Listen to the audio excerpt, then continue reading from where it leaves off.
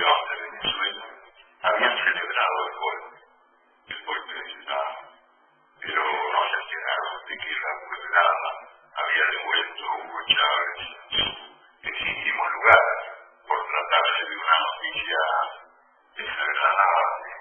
Los medios de comunicación no la comunicaron.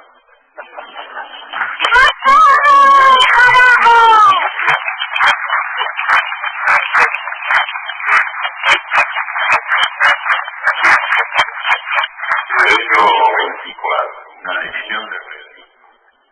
En el día de hoy, de 1815, Napoleón Bonaparte inició su fuga de la isla de Elba, donde estaba preso. Poco después, en tierra firme, emprendió su viaje a la reconquista del trono de Francia. Napoleón marchaba paso a paso, día tras día, acompañado por una tropa creciente, mientras el diario Le Moniteur Universel, que había sido su órgano oficial, aseguraba que los franceses estaban locos de ganas de morir defendiendo al rey Luis XVIII y llamaba a Napoleón violador a mano armada del suelo de la patria, extranjero fuera de la ley, corso audaz, odioso opresor, usurpador, traidor, plaga, jefe de bandoleros, y anunciaba que este será su último acto de locura. Pero por fin el rey huyó. Nadie murió por él, y Napoleón se sentó al trono sin disparar ni un tiro. A partir de entonces, el mismo viaje pasó a informar que la feliz noticia de la entrada de Napoleón en la capital ha provocado una explosión súbita y unánime. Todo el mundo se abraza. Las vivas al emperador llenan el aire y en todos los ojos hay lágrimas de alegría celebrando el regreso del héroe de Francia.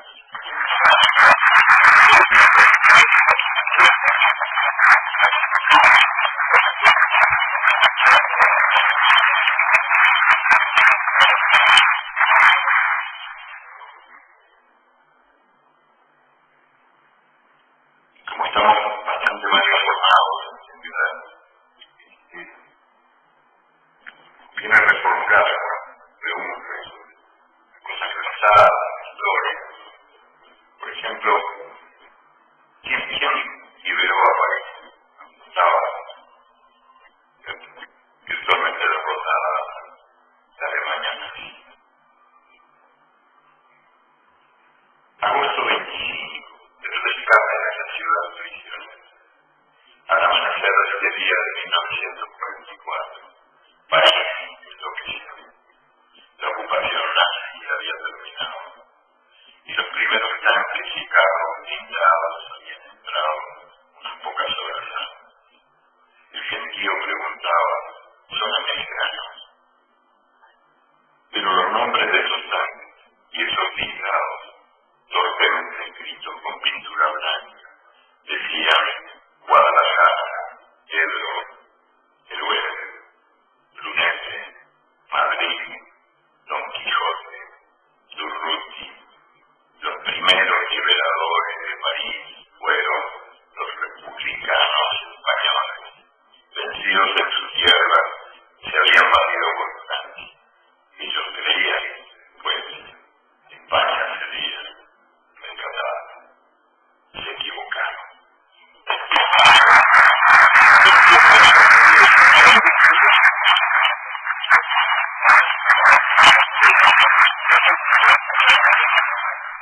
Una pregunta más contestada, o parcialmente contestada: ¿quién conquistó la luna? Julio 21, el otro astronauta. En el día de hoy del año 1969, los diarios del mundo entero dedicaron sus primeras páginas a las fotos del cielo. Los astronautas habían caminado por la luna a paso de oso y habían marcado en ella la primera huella de su mano. Pero el principal protagonista de la hazaña no recibió la felicitación que merecía. Werner von Braun había inventado y lanzado esa nave espacial después de poner en órbita el el primer satélite norteamericano. Antes de enfrentar la conquista del espacio por cuenta de los Estados Unidos, von Braun había llevado adelante la conquista de Europa por cuenta de Alemania. Este ingeniero, oficial de la SS, era el científico preferido de Hitler. Pero al día siguiente del fin de la guerra, supo pegar un prodigioso salto y cayó parado en la otra orilla de la mar. Instantáneamente se convirtió en patriota de su patria nueva, se hizo devoto de una secta evangélica de Texas y puso manos a la obra en el laboratorio espacial.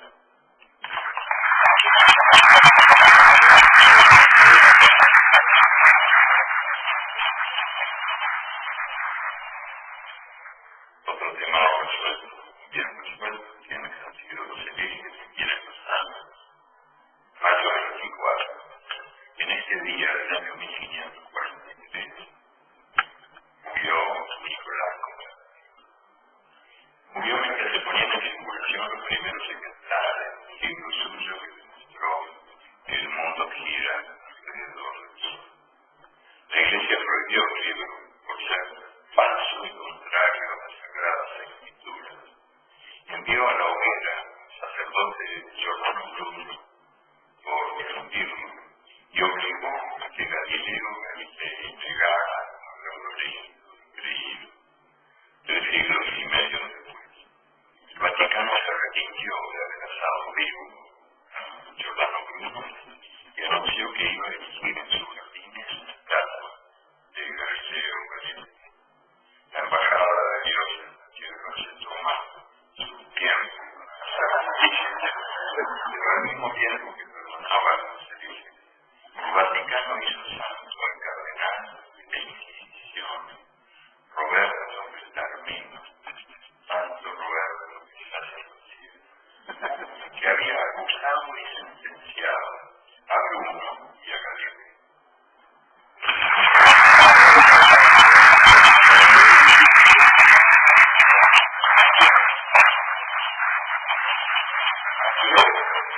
Mayo 28, los 10 siglos. En el día de hoy del año 2006, Papa Benedicto, sumo pontífice de la Iglesia Católica, nació en los jardines de la ciudad que se llama en lengua polaca Ostiepcim. A cierta altura del paseo, el paisaje cambió. En lengua alemana, la ciudad de Ostiepcim se llama Auschwitz. Y en Auschwitz, el Papa habló desde la fábrica de muerte más famosa del mundo. Preguntó, ¿y Dios dónde estaba? Y nadie le informó que Dios nunca había cambiado de domicilio. Y preguntó, ¿qué Dios se quedó callado? Y nadie le aclaró que quien se había quedado callada era la Iglesia, su Iglesia, que en nombre de Dios hablaba.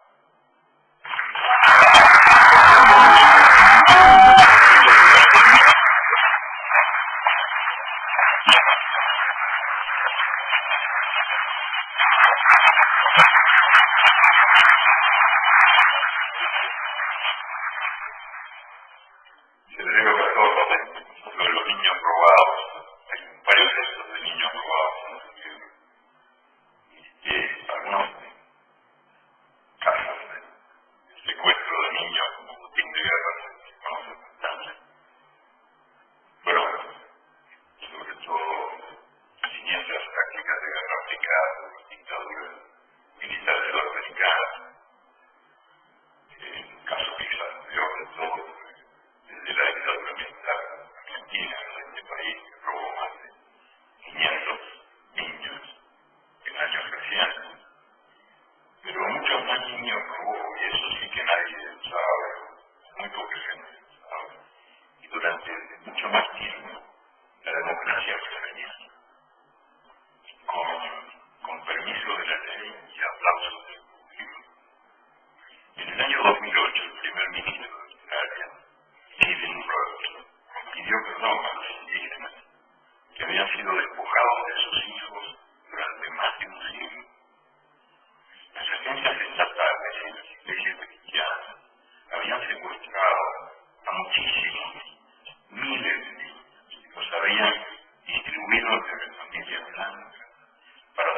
sacarlos de la pobreza y de la delincuencia, y para civilizarlos y alejarlos de las costumbres salvajes, como se decía entonces, para blanquear a los negros. Y eso en Australia. En Australia. Yo no lo sabía. Creo que muchos de los que están acá tampoco. La Santa Australia robaba a niños en otros países latinoamericanos, dictaduras militares latinoamericanas. Y hay otros casos de niños robados que tampoco se conocen muy mal, muy poquito y muy mal. Como lo digo cada día, febrero 15, sobre otros niños robados. El coronel Antonio Vallejo Nájera, psiquiatra supremo en la España de generalísimo Francisco Franco, había sentenciado el marxismo es la máxima forma de patología mental. Él había estudiado a las cárceles, a las madres republicanas, y había comprobado que tenían instintos criminales para defender la pureza de la raza ibérica. Amenazaba la degeneración marxista y la criminalidad materna. Miles de niños recién nacidos de muy corta edad, hijos de padres republicanos, fueron secuestrados y arrojados a los brazos de las familias devotas de la cruz y de la espada. ¿Quiénes fueron estos? ¿Quiénes son tantos años después? No se sabe. La dictadura franquista inventó documentos falsos que desborraron la huella y dictó orden de olvidar. Robó a los niños y robó la memoria.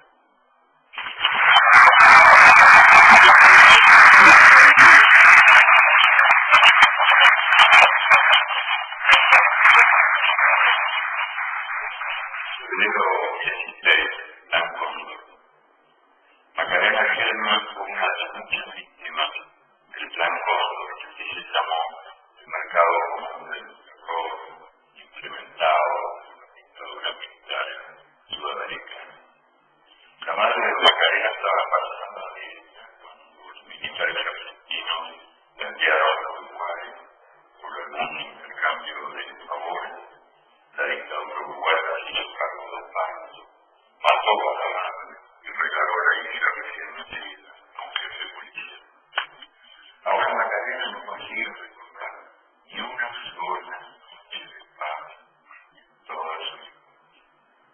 Ella dormía atormentada por la pesadilla que se repetía, noche tras noche, siempre la misma pesadilla, unos hombres armados hasta los dientes, en su cuarto, buscando, y ella se escondía bajo las pasadas, despertaba llorando.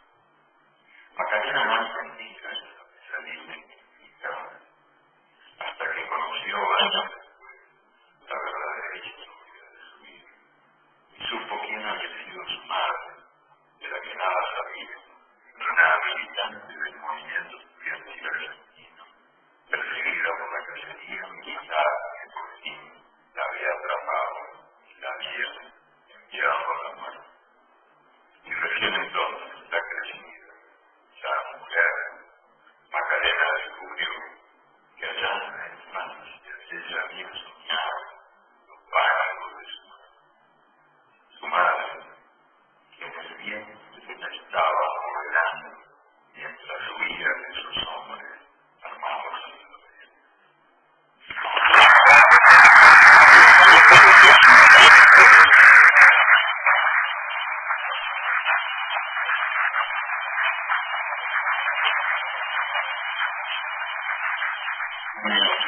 Una mujer cuenta. Varios generales argentinos fueron sometidos a juicio por las extrañas cometidas en tiempos de la dictadura militar. Silvina Parodi, una estudiante acusada de ser protestona Mendelido, fue una de las muchas prisioneras desaparecidas para siempre. Cecilia, su mejor amiga, ofreció testimonio ante el tribunal en el año 2008.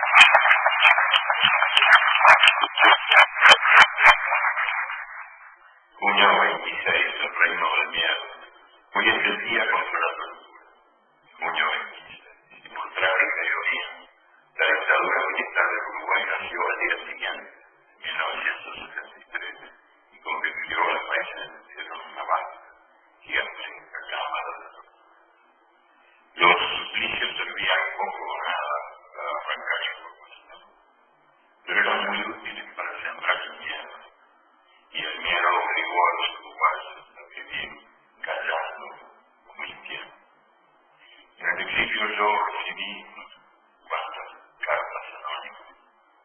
Una de las cartas decía: es jodido mentir y es jodido acostumbrarse, pero peor que mentir es enseñar a mentir, y yo tengo decisiones.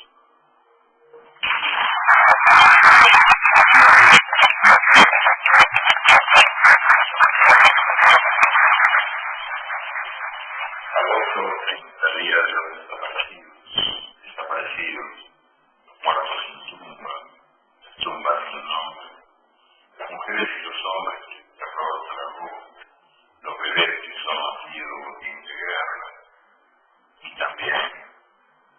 también los desaparecidos son los bosques nativos, las estrellas en la noche de las ciudades, el aroma de las flores, el sabor de la fruta, las cartas escritas a mano, los viejos cafés donde había tiempo para perder el tiempo, el fútbol de la calle, el derecho a caminar, el derecho a respirar, los empleos seguros, la jubilación segura, las casas sin rejas, las puertas sin cerradura, el sentido comunitario y el sentido común.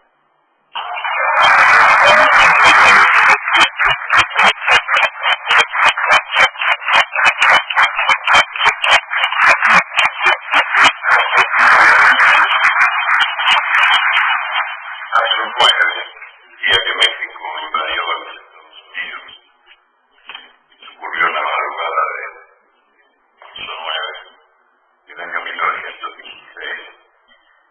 En realidad Pancho Villa atravesó la frontera, ocupó fugazmente la ciudad de Columbus, mató a los soldados, se llevó unos cuantos de caballos y al día siguiente regresó a México. Duró un día todo eso. Regresó a México para contar su hazaña.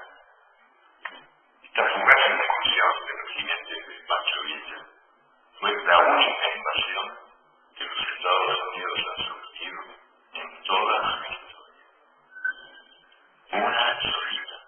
Y en cambio los Estados Unidos han invadido y siguen invadiendo a casi todos los países del mundo.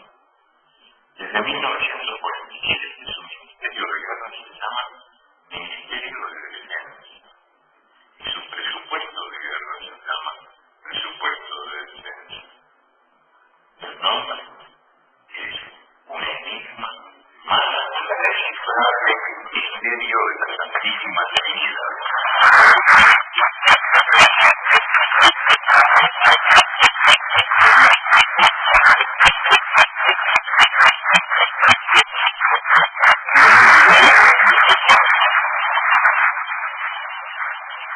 Paso 20, el mundo al revés. Son ejercicios de imaginación que me parecieron útiles, porque si el mundo está patas arriba, para verlo como debería ser, o verlo podría ser el día que ponerlo con los pies abajo, la cabeza arriba. Y para eso hay que ver al revés lo que nos cuentan, o sea, nos informan de cosas que para saber cómo realmente han ocurrido deben ser leídas al revés o construidas por la imaginación al revés de lo que se supone que son. Como en este caso, el 20 de marzo del año 2003, los aviones de Irak bombardearon los Estados Unidos. Tras la bomba, las tropas iraquíes invadieron el territorio norteamericano. Hubo numerosos daños colaterales.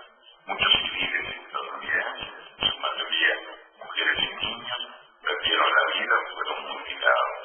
Se desconoce la cifra exacta porque la tradición obliga a contar las víctimas de las tropas invasoras, pero prohíbe contar las víctimas de la población invadida. La guerra fue inevitable. La seguridad de Irak y la del mundo entero estaba amenazada por las armas de destrucción masiva acumuladas en los arsenales de los Estados Unidos. Ningún fundamento tenían, en cambio, los rumores insidiosos que atribuían a Irak la intención de quedarse con el territorio de Alaska y zona de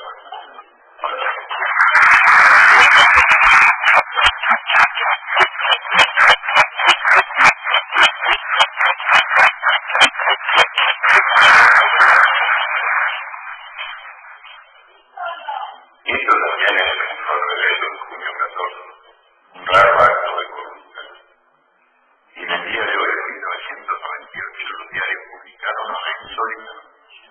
La Asamblea General de Francia había aprobado la ley que redujo a 35 horas semanales el horario del trabajo. Trabajar menos para vivir más era lo que Tomás Moro había soñado los días. Luego era imposible para que por una nación se atreviera a cometer semejante acto de sentido común. Porque al fin y al cabo, ¿para qué sirve la máquina? Si no es para reducir el tiempo de trabajo y ampliar el tiempo de la libertad. ¿Por qué el progreso tecnológico tiene que regalarnos desempleo y salud? ¿Por qué? Por una vez al menos hubo un país que se atrevió a desafiar tanta situación. Pero poco duró la cordura. Era grave. Poco duró. La ley de las 35 horas murió a los 10 años.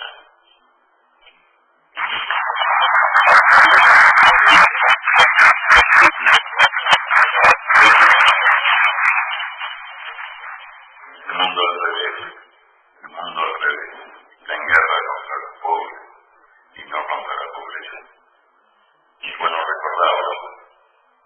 Hoy, octubre 17, que es el día contra la pobreza. La pobreza no está como la bomba, ni suena como el tiro. De los pobres sabemos todo. En qué no trabajan, qué no comen, cuánto no pesan, cuánto no miden, qué no tienen, qué no piensan, qué no votan, en qué no creen. Solo nos falta saber por qué los pobres son pobres. ¿Será porque su desnudez nos viste y su hambre nos da de comer?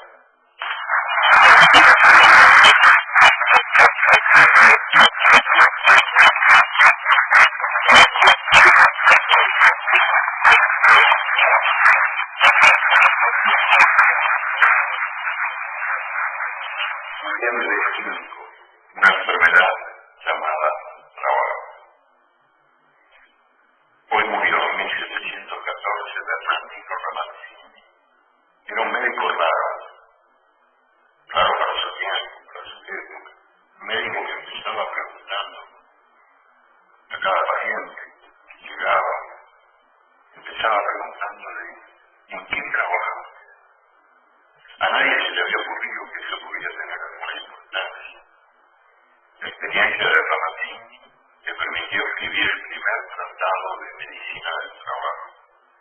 Así describió una por una de las enfermedades más frecuentes, más de 50 oficios, y comprobó que había pocas esperanzas de curación para los obreros que comían hambre, sol y sin descanso, en talleres cerrados y respirables sin morir.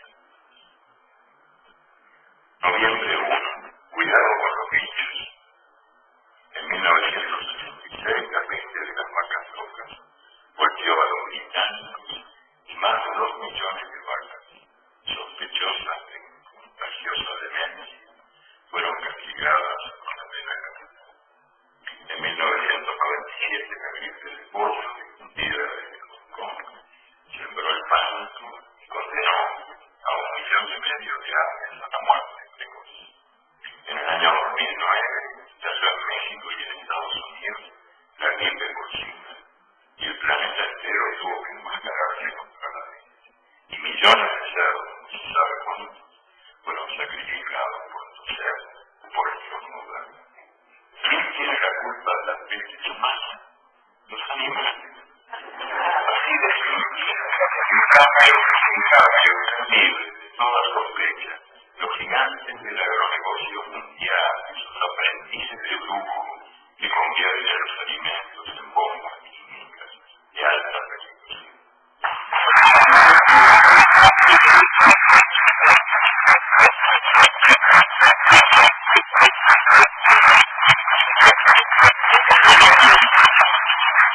Además, el mundo al revés de ciencia.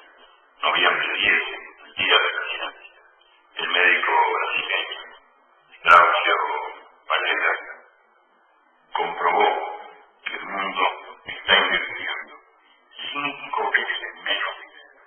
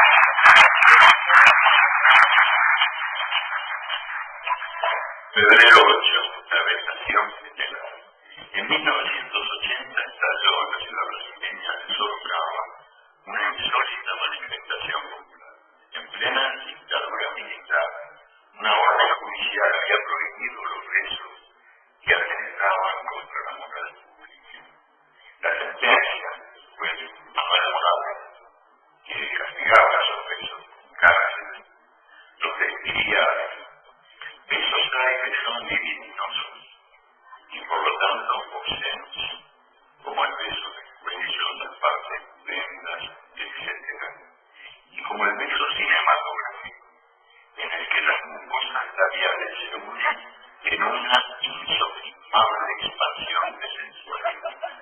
La ciudad respondió convirtiéndose en un gran tesoro. Nunca nadie se pensó tanto.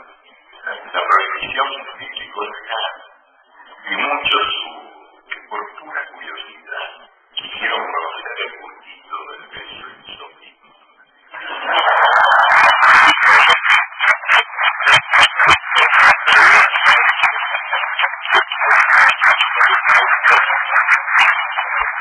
Agosto, el derecho a la valentía.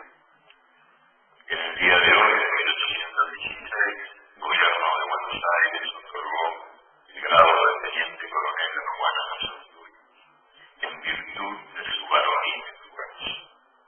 En la guerra de la independencia, él había encabezado a los guerrilleros que arrancaban el cerro de Potosí de manos españolas. Las mujeres tenían prohibido meterse en los masculinos asuntos de la guerra, pero los oficiales machos no tenían más remedio que admirar lo que llamaban el viril coraje de esta mujer. Al cabo de mucho galopar, cuando hasta la guerra había matado a su marido y a 5 de sus 6 hijos, también Juana murió.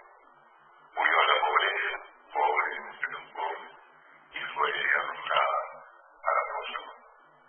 Casi 2 siglos después, el gobierno argentino, presidido por una mujer, la ascendió al grado de general del ejército, en homenaje a su femenina valentía.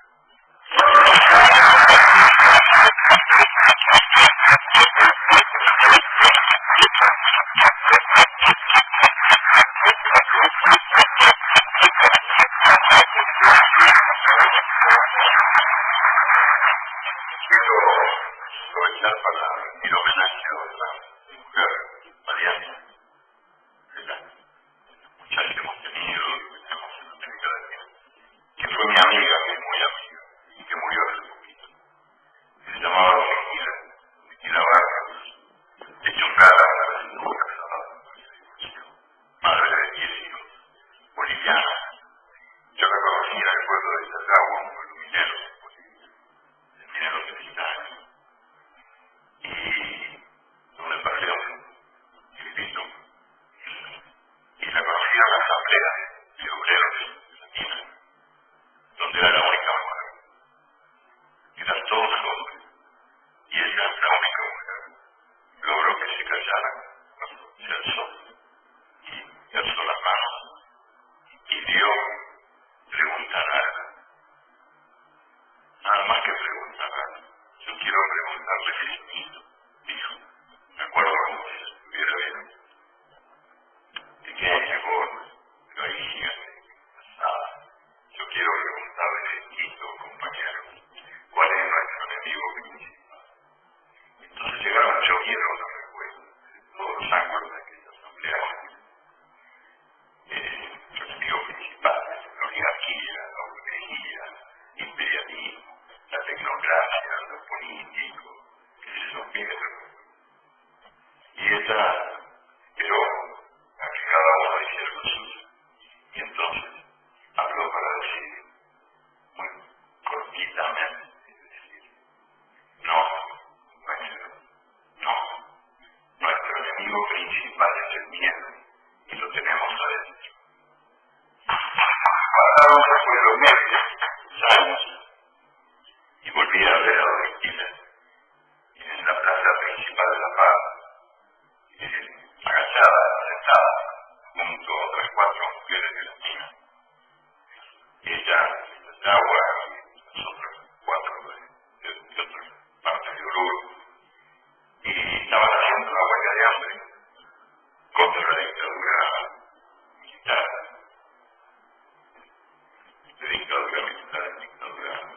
Militar andaba la pobre Bolivia en aquella época del general Banzer, y estas se sentaron así en la plaza y anunciaron que no iban a volver a comer hasta que cayera el gobierno, la dictadura, porque es muy legítimo Banzer.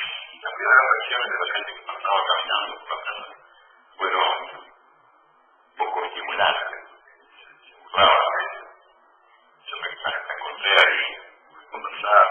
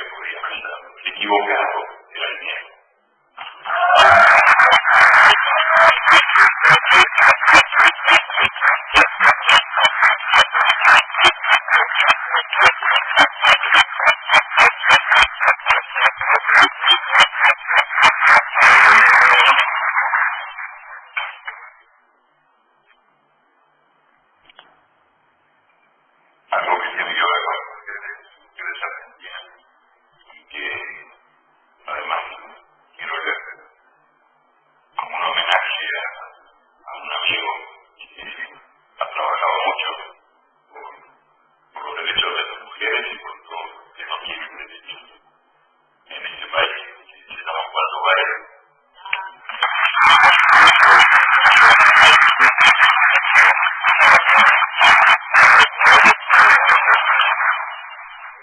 Febrero 17, el festejo que no me fue. Los peones de los campos de la Patagonia Argentina se habían lanzado en huelga contra los salarios cortísimos y las jornadas larguísimas, y el ejército se ocupó de reproceder.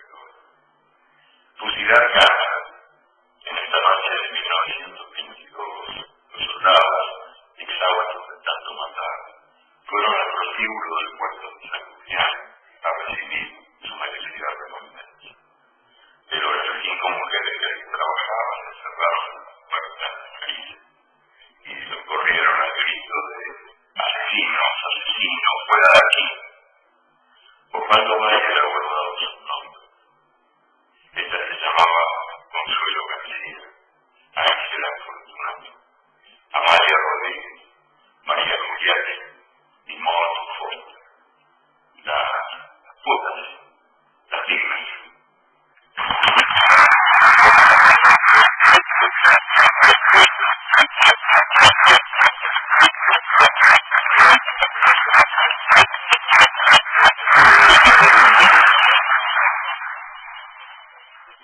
Junio 9, sacrílego. En el año 1901, Elisa Sánchez y Marcela Gracia contrajeron matrimonio en la iglesia de San Jorge, en la ciudad gallega de A Coruña. Elisa y Marcela se amaban para escondidas. Para normalizar la situación, bodas, fotos de actas, fotos, hubo que inventar un marido. Elisa se convirtió en madre, vistió ropa de caballero, se recortó el pelo y habló con otra voz. Después, cuando se supo, los periódicos de toda España pusieron grito al cielo. Escándalo asquerosísimo. Esta inmoralidad es vergonzosa. Y aprovecharon tal lamentable ocasión para vender como nunca. Mientras la iglesia, engañada a su buena fe, denunciaba a la policía el sacrificio cometido. Era el año 1901, nacía el siglo XX, cuando la cacería se desató. Elisa y Marcela llegaron a Portugal, en Oporto los metieron presas. Y cuando pudieron escapar de la cárcel, cambiaron sus nombres y se echaron a la mar. Y en la ciudad de Buenos Aires se perdió la pista de la fugitiva. Un siglo después, hermosa casualidad, fue Argentina el primer país latinoamericano que legalizó el matrimonio homosexual y reconoció la plena igualdad de todas y de todos, el arcoíris de la diversidad sexual, como siéndose eco esa bella canción de Milton Nascimento que dice: toda manera de amar vale cantar, toda manera de amar vale amar, toda manera de amar vale la pena.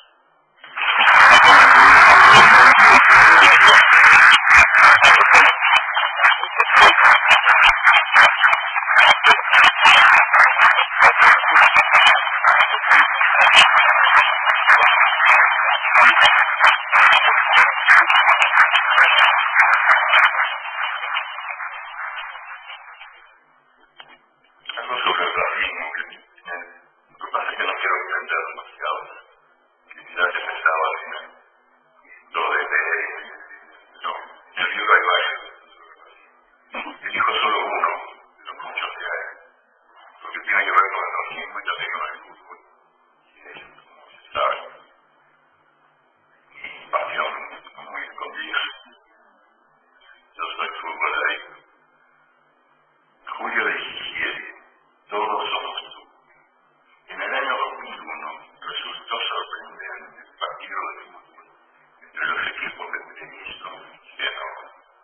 Un jugador del Treviso, Aquino Morales, africano de Nigeria, recibía frecuentes silbidos y cantitos racistas en los estadios italianos. Pero en el día de hoy, un silencio.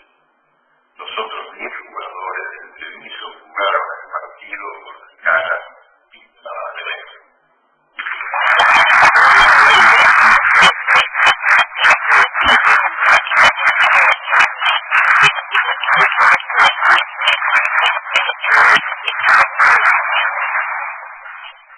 Diciembre 5, la voluntad de Belén.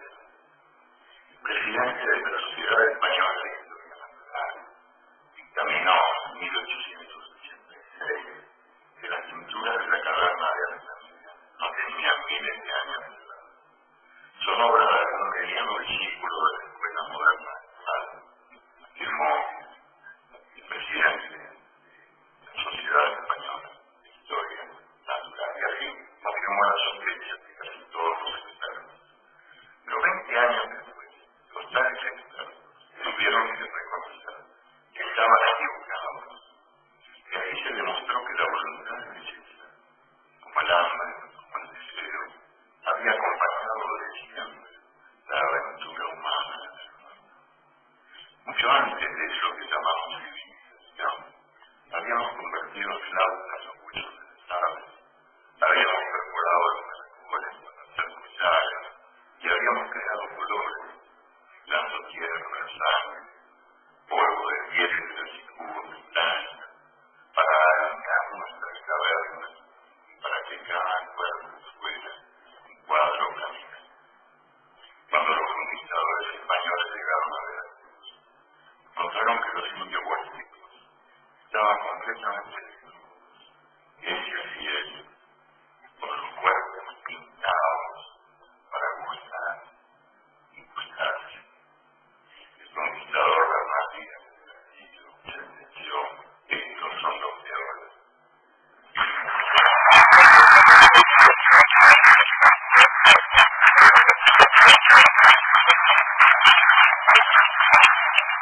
Enero 27, para que escuches el mundo. Por hablar de esto, seguiré hablando un poquito de eso. Para ya terminar. Hoy nació en 1756 Wolfgang Amadeus Mozart. Siglos después, hasta la nobleza ama la música que nos tocó. Está comprobado muchas veces en muchos lugares que el recién nacido llora menos y duerme mejor cuando escucha la música de Mozart. Es la mejor bienvenida al mundo. La manera mejor de decirle: esta es tu nueva casa, y así suena.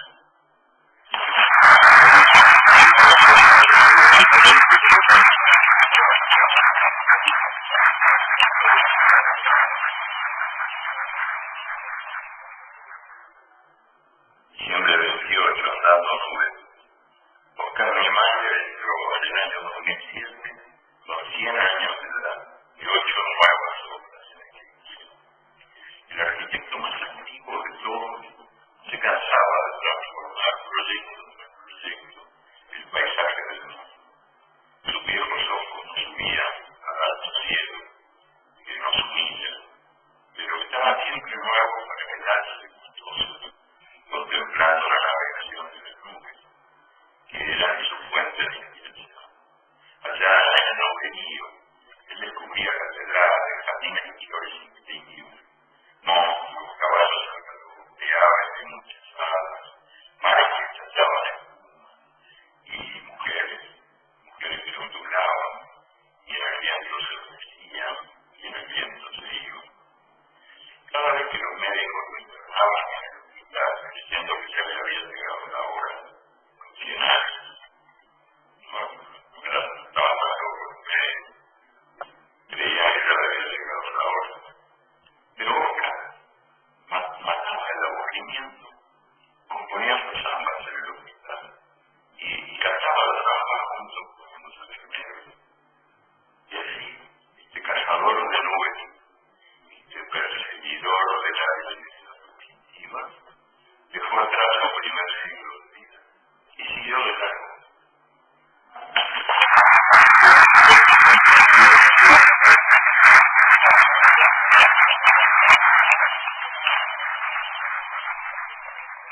Homenaje a un creador de belleza, gran poeta, que fue mi muy amigo. Más de audiencia, que es imperdonable. El poeta Roque Dalton era jodón, nunca aprendió a callar ni a obedecer, y ejercía un desafiante sentido del humor y del amor.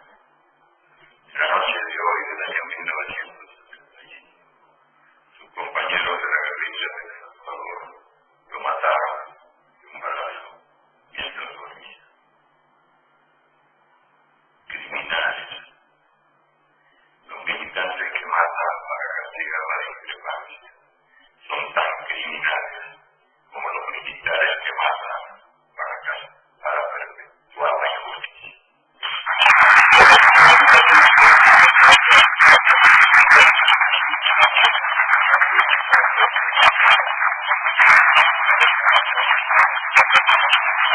Siempre del 18, los primeros exiliados, hoy siempre 18, día del emigrante. No viene mal recordar que Adán y Eva fueron los primeros condenados a emigrar en toda la historia de la humanidad. Según la versión oficial, Adán fue tentado por Dios, fue él a quien le ofreció la mentira, y por culpa de Eva fueron los dos expulsados del paraíso. Pero habrá sido así, o Adán hizo lo que hizo porque quiso. Quizás Eva no lo presionaba ni le pidió nada. Quizás Adán decidió comer la fruta prohibida cuando supo que Eva ya la había mordido. Quizás ella ya había perdido el privilegio de la inmortalidad. Y Adán eligió compartir su castigo. Y fue mortal, pero mortal, acompañado.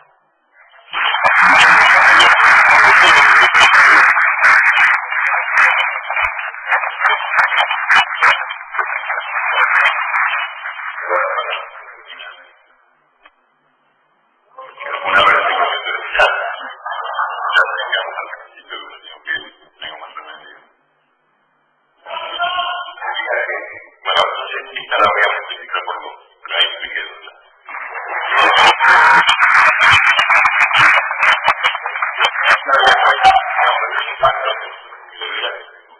Compromisos íntimos, familiares, a veces no puedo traicionar. Pero entonces, en lugar de hacer un diciembre del 21, voy a hacer dos. Primero, en el año 208, Severus Samonius escribió en Roma un libro llamado Asuntos Secretos, donde revelaba su remedio para evitar la fiebre terciana y espantar la muerte. El médico de los emperadores, poeta, dueño de la mejor biblioteca de su tiempo, proponía un remedio infalible: colgarse al pecho una palabra y protegerse con ella, noche y día. Era la palabra abracadabra, que en hebreo antiguo quería decir, sigue diciendo, envía su fuego hasta el final.